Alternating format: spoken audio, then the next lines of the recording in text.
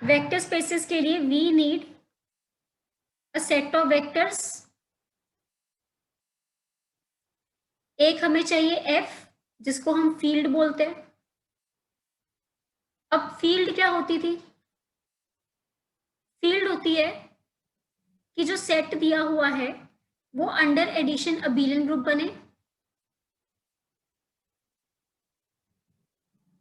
Under multiplication except 0 abelian group बने, and distributive laws hold करते हैं।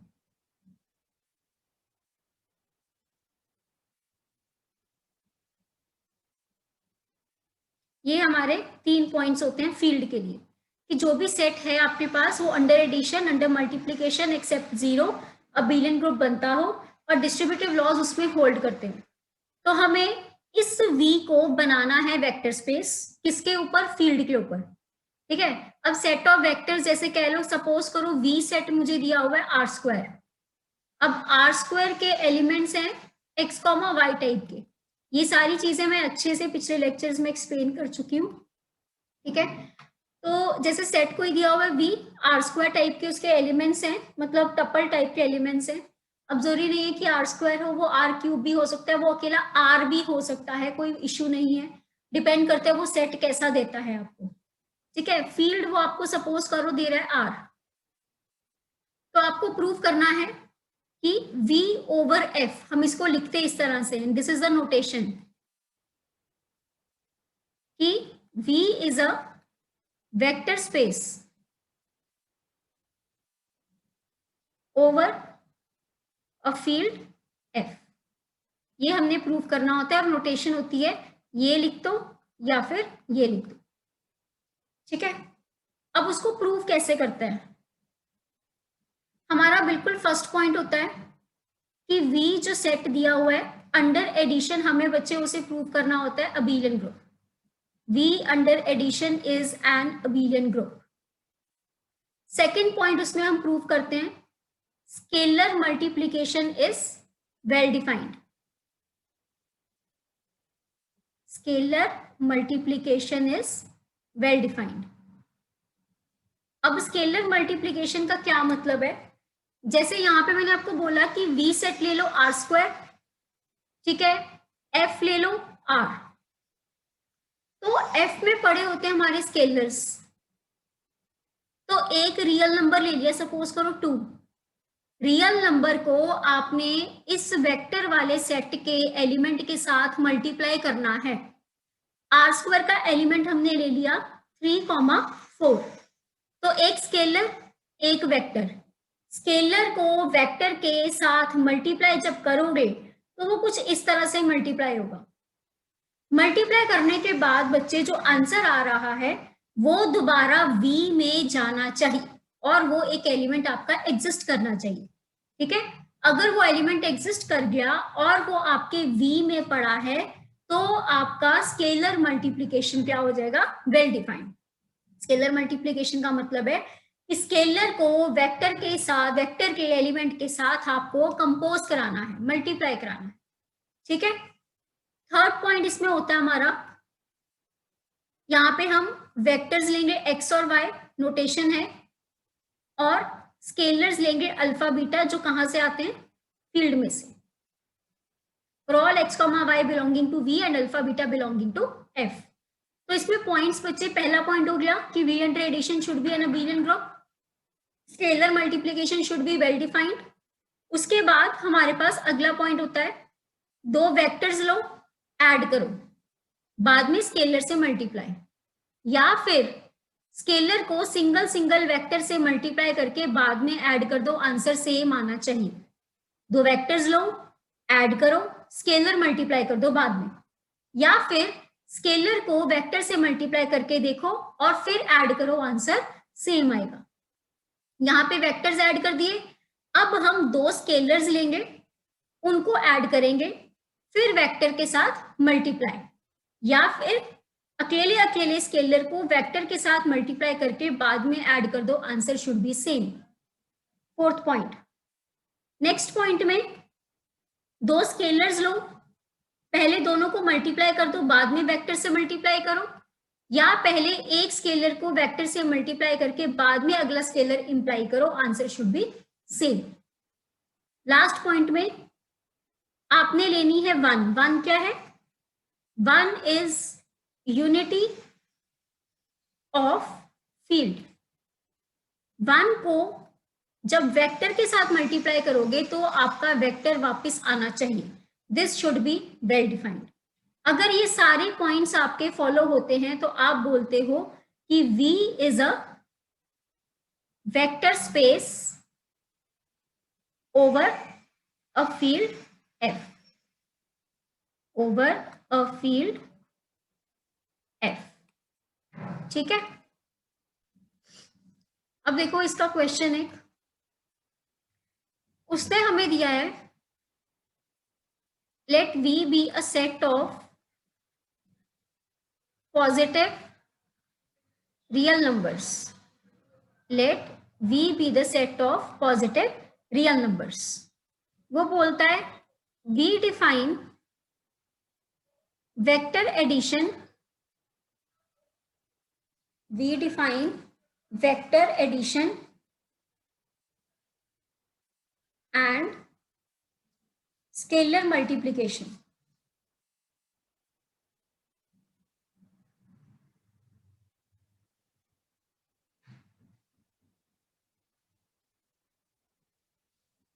as x plus y is equal to xy and alpha x is equal to x the power alpha for all x comma y belonging to V and alpha belonging to R. Show that V over R is a vector space. अब इस question में क्या फर्क है, क्या difference है इस question में? इस क्वेश्चन में देखो हमें उसने वेक्टर एडिशन और स्केलर मल्टीप्लिकेशन एक डिफरेंट कॉम्पोजिशन के साथ दी, जैसे हम ग्रुप थ्योरी में करते थे कि ग्रुप थ्योरी में वो कॉम्पोजिशन अपनी तरफ से डिफाइन करके देता था कि ए स्टार बी है, कोई दो एलिमेंट्स हैं सेट के, A star B is equal to A B upon 3। तो यहाँ पे भी उसने बोला है कि अगर आपने ना वेक्टर, अब है क्या वेक्टर्स वाला सेट क्या है, it is a set of positive real numbers. मतलब इसको आप ऐसे भी लिख सकते हो कि V is a set containing all the x where x is positive and x belongs to R। ये इस तरह से भी लिख सकते हैं। तो every point, every like word counts कि V क्या है, V is a set of positive real numbers, मतलब नंबर पॉजिटिव लेने हैं, रियल नंबर्स लेने हैं। रियल नंबर्स कौन से होते हैं? जो रियल लाइन के ऊपर, नंबर लाइन के ऊपर पड़े होते हैं आपके सारे। 1 हो गया, 1/2 हो गया, 2/2 हो गया, 2/5 हो गया, ऐसे के सारे रियल नंबर्स पर पॉजिटिव, मतलब ग्रेटर देन 0।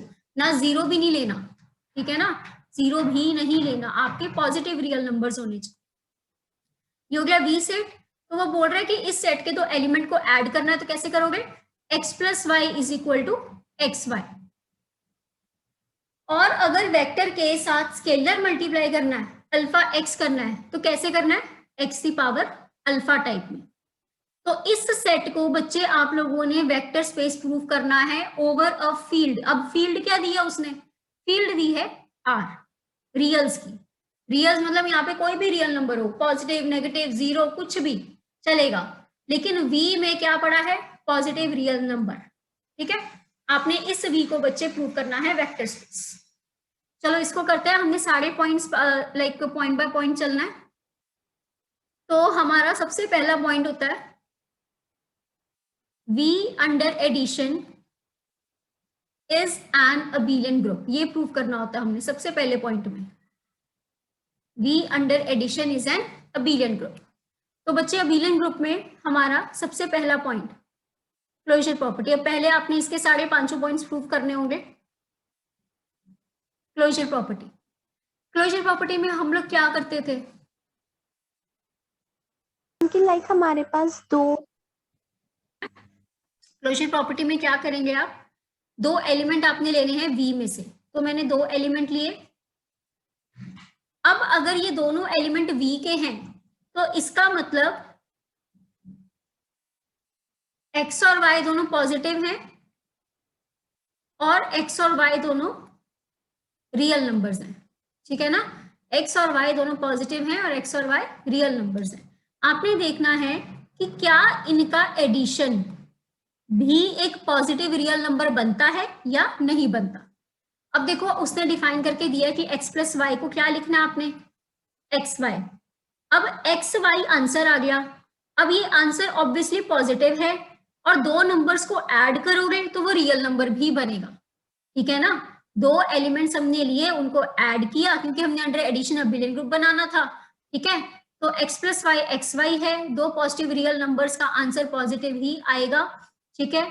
तो इसीलिए हमारे पास एक्स वाई जो है वो v को बिलोंग कर रहा है। अगर एक्स वाई v को बिलोंग कर रहा है इसका मतलब क्लोजर प्रॉपर्टी होल्ड्स। ये हो गया पहला पॉइंट। सेकंड पॉइंट हमारे पास होता था एसोसिएटिव लॉ। एसोसिएटिव लॉ में हम लोग क्या करते थे, तीन एलिमेंट्स लिए इसके v के, तो अगर ये v के एलिमेंट्स हैं तो मतलब तीनों पॉजिटिव हैं और तीनों रियल नंबर्स हैं। तो अब आपने इसके ब्रैकेट्स घुमाने, ठीक है, चाहे आप लेफ्ट साइड राइट साइड अलग कर लो, जैसे मर्जी कर लो, इकट्ठा सॉल्व करना है तो इकट्ठा भी कर सकते हो। हमें ये चीज प्रूव करनी होती है कि x plus y plus z will be equal to, ये ब्रैकेट शिफ्ट होगा y प्लस जेड के ऊपर, ठीक है। तो अब ब्रैकेट्स को सॉल्व करना है, ब्रैकेट्स छोड़ने नहीं है, ध्यान रखना। पहले हम ये ब्रैकेट सॉल्व करेंगे। ये x प्लस वाई को जब सॉल्व करोगे तो बच्चे वो लिखा जाएगा एक्स वाई प्लस जेड। अब ये एक वेक्टर, ये भी एक वेक्टर, अब दोबारा इनको सॉल्व करोगे तो एक्स वाई जेड, ठीक है ना, जो हमें कॉम्पोजिशन उसने क्वेश्चन में डिफाइन की है, x Y plus z equal to x Y z, ठीक है। अब आपकी मर्जी है, आप इसको यहां छोड़ के राइट हैंड साइड अलग से सॉल्व कर लो। अगर यहीं से निकालना है तो यहीं से निकाल लो। यहीं से कैसे निकल जाएगा, ब्रैकेट शिफ्ट हो जाएंगे। अब ब्रैकेट शिफ्ट होने का रीजन, क्योंकि ये तीनों क्या हैं, रियल्स। अगर तीनों रियल्स हैं तो ऑब्वियसली एसोसिएटिव इन नेचर होंगे, क्योंकि आर क्या होता है, एसोसिएटिव, ठीक है। Set of real numbers is always associative. तो बच्चे ये ब्रैकेट के ऊपर, सबसे पहले ब्रैकेट के ऊपर कॉम्पोजिशन लग जाएगी, y plus z y z बनता है तो वाई जेड भी वाई प्लस जेड बन जाएगा। उसके बाद अब ये एक एलिमेंट हो गया, ये दूसरा एलिमेंट हो गया, अब इस पे लगा दो तो ये क्या बन जाएगा, x plus y plus z. तो ये आपका एसोसिएटिव लॉ, ठीक है। हमने यहां से शुरू किया इस ब्रैकेट से, इसको शिफ्ट कर दिया ब्रैकेट को y प्लस जेड के ऊपर। अगर बच्चे ऐसे समझ नहीं आता तो आप इसको अलग से सॉल्व कर सकते हो। Start from here, right hand side x plus y plus z है, ठीक है। तो आप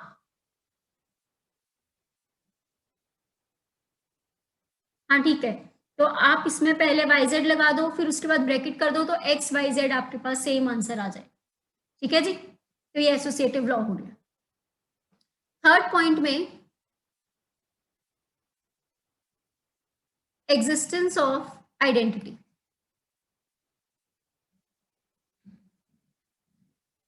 एग्जिस्टेंस ऑफ आइडेंटिटी का मतलब होता है कि आपने सेट में से एक एलिमेंट लेना है, late x belongs to b such that x is greater than 0 and x belongs to r।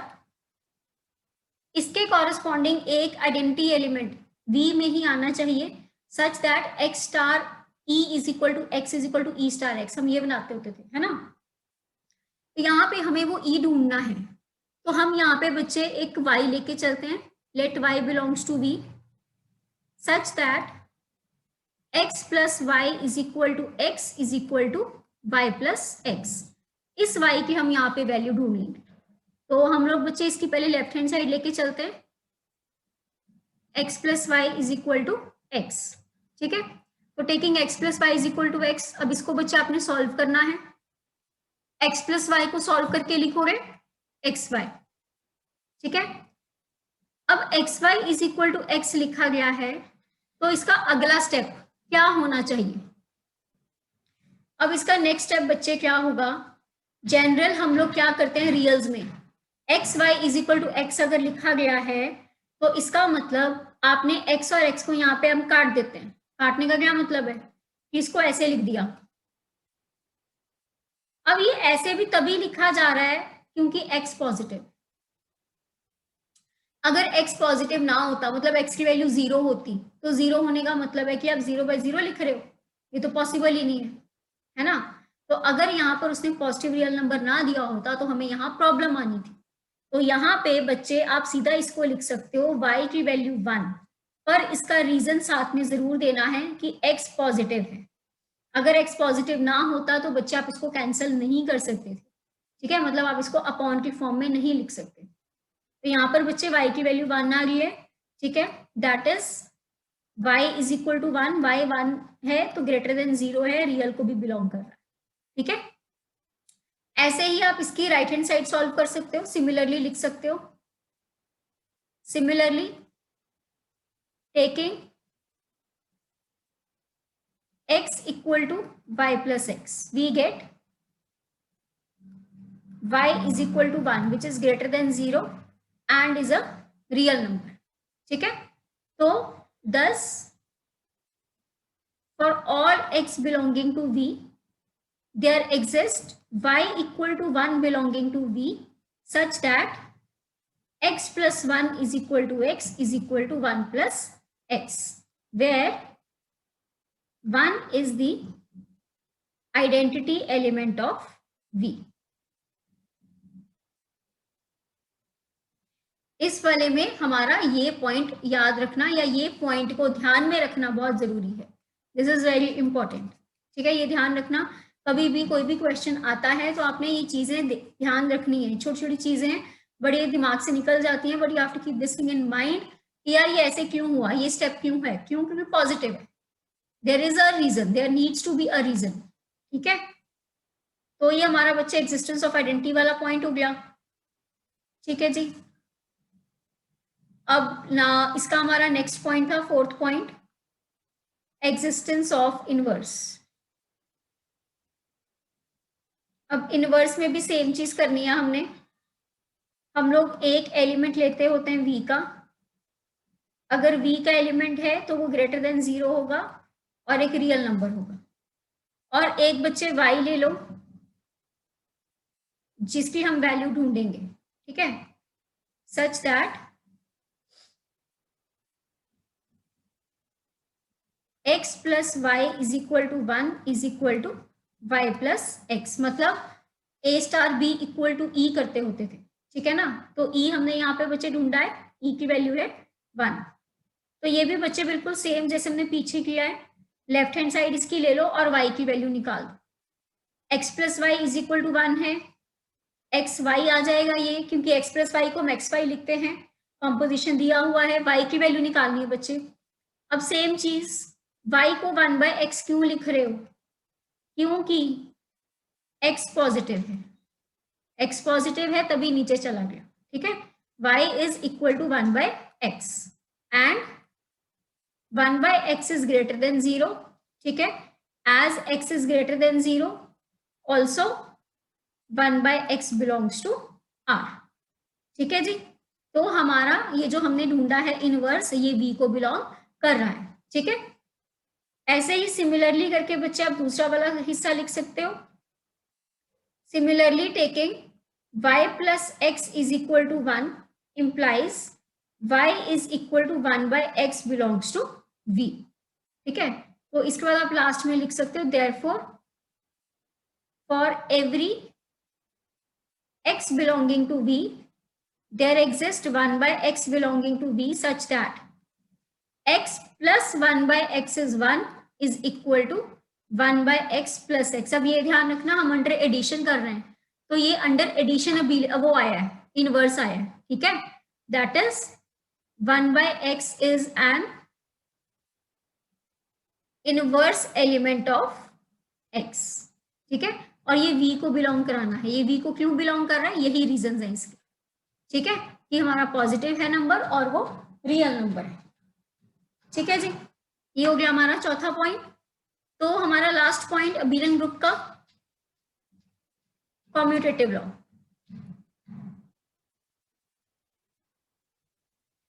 Commutative law में बच्चे हमने दो एलिमेंट्स लेने होते हैं और हमने उनको चेक करना है कि x प्लस वाई और y प्लस एक्स का आंसर सेम आ रहा है कि नहीं आ रहा। ठीक है, तो ये तो आप सीधी एक ही लाइन में कर सकते हो। x प्लस वाई को स्टार्ट करोगे, कॉम्पोजिशन है तो x plus y will be x y. अब एक्स वाई को बच्चे आप वाई एक्स इजिली लिख सकते हो क्योंकि सेम रीजन x और y दोनों आर हैं, रियल्स हैं, और रियल्स जो होता है वो कॉम्यूटेटिव होता है। ठीक है, real number are commutative in nature, ये इसका रीजन हो गया। और वाई एक्स है तो वाई एक्स को क्या लिखोगे बच्चे, वाई प्लस एक्स। ठीक है, तो therefore v under addition is an abelian group. अभी हमने सिर्फ अबेलियन ग्रुप प्रूव किया है, ये हमारा अभी सिर्फ पहला पॉइंट प्रूव हुआ है। अब हमारे पास सेकेंड पॉइंट क्या होता था इसका, वेक्टर स्पेस को प्रूव करने का, कि scalar multiplication is well defined.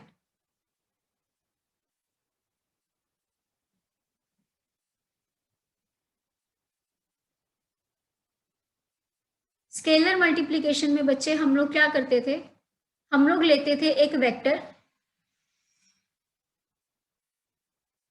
ठीक है, और एक हम लोगों ने बच्चे लेना होता था स्केलर, और हमने चेक करना होता था कि स्केलर को वेक्टर के साथ मल्टीप्लाई करके जो आंसर आ रहा है क्या वो डिफाइंड है, क्या वो वेक्टर वाले सेट को बिलोंग कर रहा है कि नहीं कर रहा। अब हमारी कॉम्पोजिशन के अकॉर्डिंग बच्चे एक स्केलर ने जब वेक्टर से मल्टीप्लाई होना है तो उसका आंसर आएगा एक्स दी पावर अल्फा। अब एक्स दी पावर अल्फा अगर आप सोचोगे कि वो वी को बिलोंग कर रहा है कि नहीं कर रहा, तो वी को बिलोंग करने की कंडीशन क्या है कि एलिमेंट पॉजिटिव होना चाहिए और एलिमेंट एक रियल नंबर होना चाहिए। तो बच्चे यहां पर एक्स तो वी का एलिमेंट ही है, अल्फा कुछ भी हो, जैसे अल्फा नेगेटिव ले लो, अल्फा -2 ले लो और एक्स की वैल्यू 3 ले लो, तो जब आप इनको मल्टीप्लाई करोगे तो बच्चे ये कुछ ऐसा दिखेगा, 3 दी पावर -2। 3 दी पावर -2 का मतलब 1/3 square, 1/3 square is 1/9। This is positive, this belongs to R, तो ऑब्वियसली ये आपका क्या कर रहा है, बी को बिलोंग कर रहा है आंसर।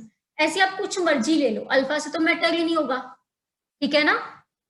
तो हमारे पास x the power alpha and this will definitely belong to V. Why? Because x alpha is greater than 0. As x is greater than 0 and alpha belongs to R. वैसे इसकी जरूरत नहीं है बट फिर भी, तो हमारा अल्फा x डिफाइंड हो रहा है तो scalar multiplication is well defined. हो गया हमारा सेकेंड पॉइंट, बस आपने यही प्रूव करना होता है उसमें। थर्ड पॉइंट हमारा बच्चे होता है जिसमें हम लोग लेते हैं दो वेक्टर्स और एक स्केलर।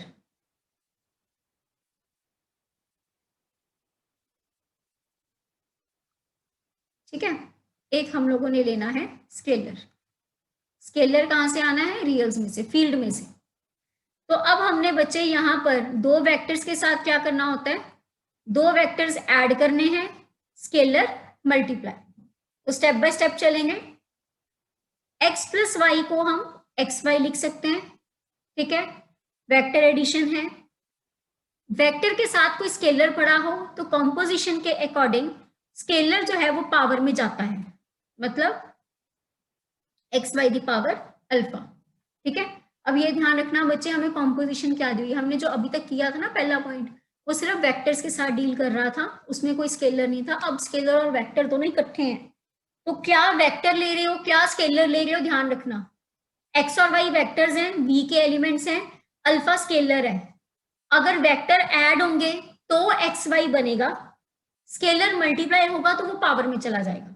ठीक है, तो यहां पर पहले हमने वेक्टर को ऐड किया, एक्स वाई लिख दिया, फिर स्केलर मल्टीप्लाई हो रहा था तो पावर में चला गया। अब बच्चे ये आपकी मर्जी है कि आप इसी को कैरी ऑन करना चाहते हो या alpha x plus alpha y right hand side को अलग से सॉल्व करना चाहते हो। ठीक है ना, अब देखो यहाँ पर x y the power alpha लिखा है, तो x y the power alpha को बच्चे आप ऐसे तो लिख ही सकते हो, एक्स अल्फा वाई अल्फा। ठीक है, तो अब एक्स अल्फा वाई अल्फा है, तो यहाँ पर ये दो वेक्टर्स हैं। ठीक है, तो वेक्टर्स हैं बच्चे, तो दोनों वेक्टर्स को आप ऐड कर सकते हो। अब स्केलर नीचे उतार दो, alpha x plus alpha y, ये आपका राइट हैंड साइड आ जाए। ठीक है, अगर यहाँ पे बच्चे ऐसे कंफ्यूजन होती है तो आप लोग यहां तक स्टेप छोड़ के ऐसे कर सकते हो, राइट हैंड साइड को अलग से सॉल्व कर लो। Alpha x plus alpha y है राइट हैंड साइड, इसको क्या लिखोगे, पहले आपके स्केलर्स पावर में चले जाएंगे।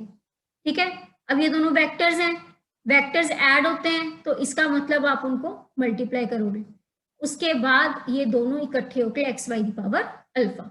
तो बच्चे ये दोनों स्टेप्स आपके मैच हो गए, तो लेफ्ट हैंड साइड और राइट हैंड साइड इक्वल, जैसे मर्जी करो। ठीक है जी, तो ये आपका थर्ड पॉइंट कि alpha of x plus y is equal to alpha x plus alpha y. Last में आप ये लाइन लिख सकते हो, लिखोगे thus alpha of x plus y is equal to alpha x plus alpha y. ठीक है, नेक्स्ट पॉइंट, नेक्स्ट पॉइंट में बच्चे एक हम लोग लेंगे v का एलिमेंट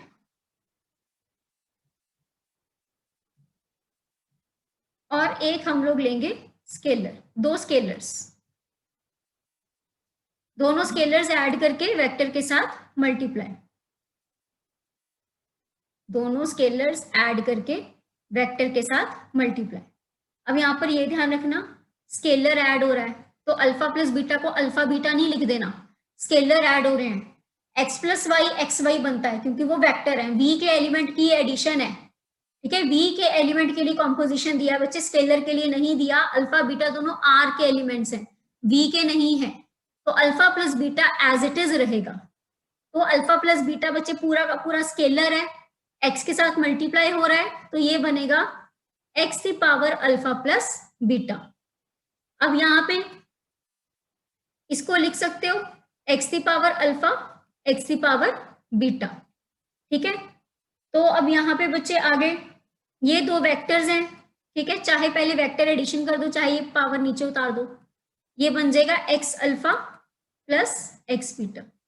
अब इसको बच्चे नीचे उतार दोगे तो alpha x plus beta x, सारी कॉम्पोजिशन हैं जो हम लगा रहे हैं। This implies alpha plus beta of x is equal to alpha x plus beta x. ठीक है, अब इसमें भी सेम कहानी है, नहीं करना, ऐसे नहीं समझ आता तो यहां तक छोड़ के राइट हैंड साइड सॉल्व कर दो, एक ही बात है, जैसे मर्जी कर लो। ठीक है, नेक्स्ट पॉइंट, इसमें भी बच्चे हमने लेना है एक वेक्टर और एक हमने लेना है स्केलर, सॉरी दो स्केलर्स, और इसमें बच्चे हम लोग करते हैं मल्टीप्लाई, ये चीज। ठीक है, अब यहां भी बच्चे यही है कि एक वेक्टर के साथ स्केलर मल्टीप्लाई हो रहा है तो इस वेक्टर को स्केलर की पावर में ले जाओ।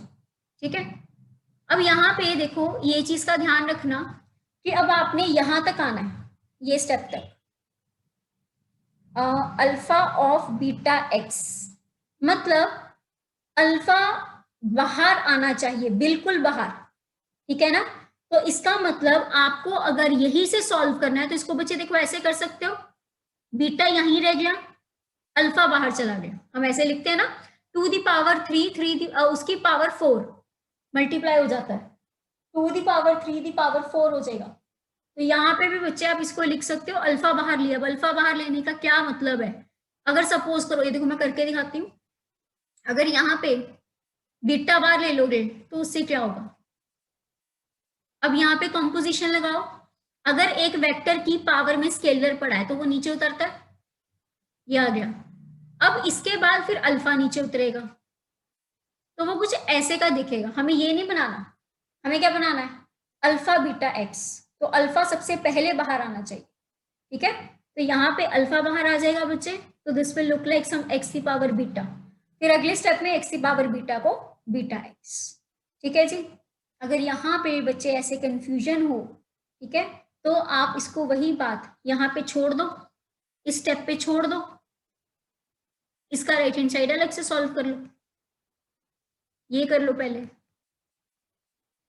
इसको क्या लिखोगे, पहले अल्फा ऊपर चला गया, फिर यहाँ पे ब्रैकेट के अंदर बीटा ऊपर चला गया, अब ये दोनों पावर्स क्या हो जाएंगी, मल्टीप्लाई, ये चीज, तो आपका सेम आ जाएगा आंसर, एक ही बात है।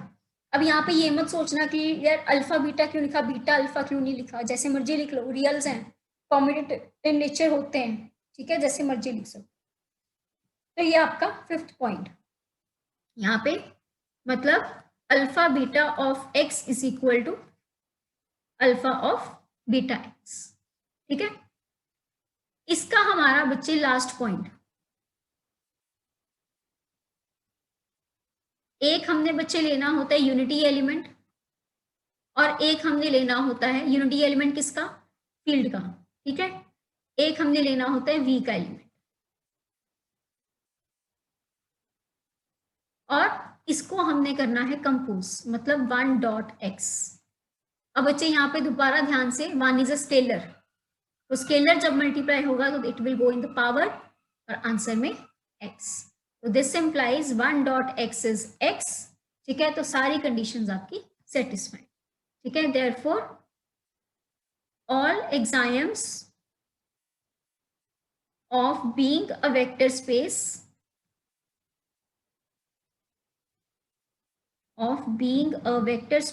are satisfied.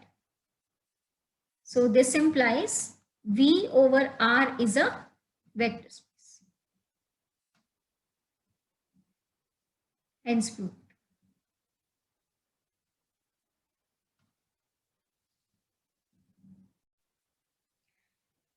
अब इस क्वेश्चन में क्या है, इस क्वेश्चन में हमें उसने एक सेट बनाकर दिया है V, x, y टाइप के उसमें एलिमेंट्स हैं, वो कह रहा है कि इसको आपने not a vector space prove करना है, ठीक है। अदरवाइज क्या करते हैं कि x प्लस वाई, जैसे वैसे प्रॉपर क्या है तरीका, ये तरीका है कि x y z t दो ऐड करने हैं टपल, तो आंसर आना चाहिए x plus z y plus t. Multiply करना है तो कुछ इस तरह से करना है, स्केलर मल्टीप्लीकेशन, है ना। पर अब उसने क्या कहा है कि एक पॉइंट ऐसा है कि वेक्टर ऐड होंगे तो इस तरह से होंगे कि x Y plus Z t will give you answer x y, और मल्टीप्लीकेशन सीधी होनी है। सेकेंड पॉइंट में वो बोल रहा है ये अलग अलग क्वेश्चंस बनते हैं बच्चे एक तरह से। अगले क्वेश्चन में उसने एडिशन में सही रखा, उसने मल्टीप्लीकेशन में थोड़ा सा गड़बड़ कर दिया। अब तुम लोगों ने बच्चे ये सोचना है कि हम नॉट अ वेक्टर स्पेस में क्या करें। तो देखो, जब not a vector space prove करना होता है या कोई चीज को नॉट में लेके जाना है, तो आपको इतना पता है कि आपको सब कुछ सॉल्व नहीं करना, you are suppose to give some example. तो यहाँ पे तुम लोगों ने सोचना है कि यार ऐसा कौन सा पॉइंट होगा जो प्रॉब्लम देगा। अब इतने सारे पॉइंट्स बचे, इतना लंबा क्वेश्चन सॉल्व करने नहीं बैठेंगे हम लोग क्या करेंगे, हम लोग कोई ऐसा पॉइंट ढूंढेंगे जहां पे आपकी प्रॉपर्टी डिससेटिस्फाई हो जाए। अब एक इसमें ट्रिक क्या लग सकती है, ये कि जो उसने कॉम्पोजिशंस बच्चे डिफाइन की हैं, अगर तो उसने एडिशन में प्रॉब्लम निकाली है, तो ये सोचो कि वेक्टर ऐड कर रहे हैं हम, तो वेक्टर ऐड सही तरीके से नहीं कर रहा वो, तो मतलब कहां पे सिर्फ ऐसी पॉसिबिलिटी है कि वेक्टर को ऐड करना पड़े। पहला point, V under addition is an abelian group, वहां पे सिर्फ और सिर्फ वेक्टर्स ऐड होते हैं। तो अगर वेक्टर ऐड हो रहे हैं तो वहां पे किसी ना किसी पॉइंट में प्रॉब्लम होगी। तो आप लोग सोचो कि कहाँ प्रॉब्लम हो सकती है, क्लोजर में प्रॉब्लम हो सकती है, एसोसिएटिविटी में, या आइडेंटिटी में, या इनवर्स में, या कॉम्यूटेटिव लॉ में। या आपने सोचना है बच्चे, वर्बली सोचने की कोशिश करना। अगर नहीं वर्बली होगा तो छोटा सा रफ पे साइड पे फटाफट से प्रॉपर्टीज सॉल्व करके देखना कहाँ पे प्रॉब्लम आ रही।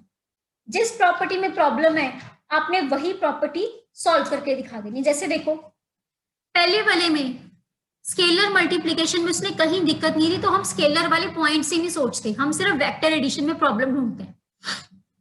अब प्रॉब्लम देखो कहाँ लग रही है, हम छोटा छोटा देख लेंगे, ठीक है। पहला पॉइंट सॉल्व करते हैं।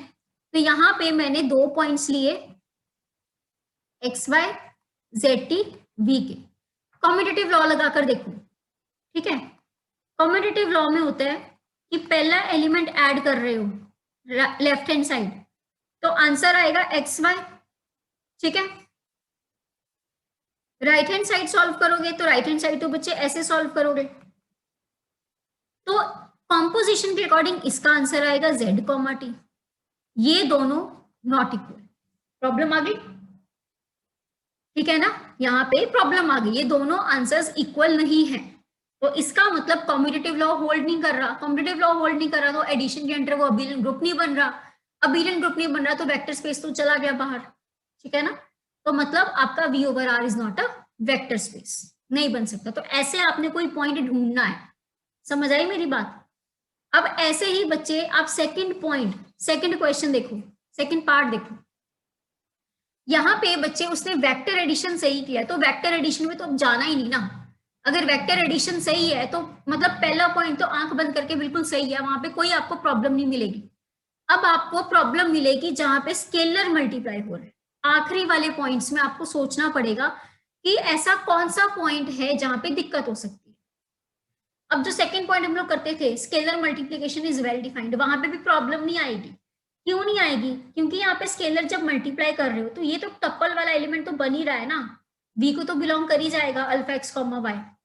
तो बाकी के बचे 3-4 पॉइंट्स, वहां बच्चे आपको ढूंढना है कि अल्फा प्लस बीटा वाले में प्रॉब्लम आएगी या अल्फा रख के X Y plus Z T में प्रॉब्लम आएगी। ठीक है ना, तो ये आपने यहाँ पर ट्राई करनी है चीजें। जब आप स्केलर मल्टीप्लिकेशन में प्रॉब्लम दिख रही है स्केलर में ढूंढ लो, वेक्टर एडिशन में प्रॉब्लम दिख रही है वेक्टर एडिशन में ढूंढ लो।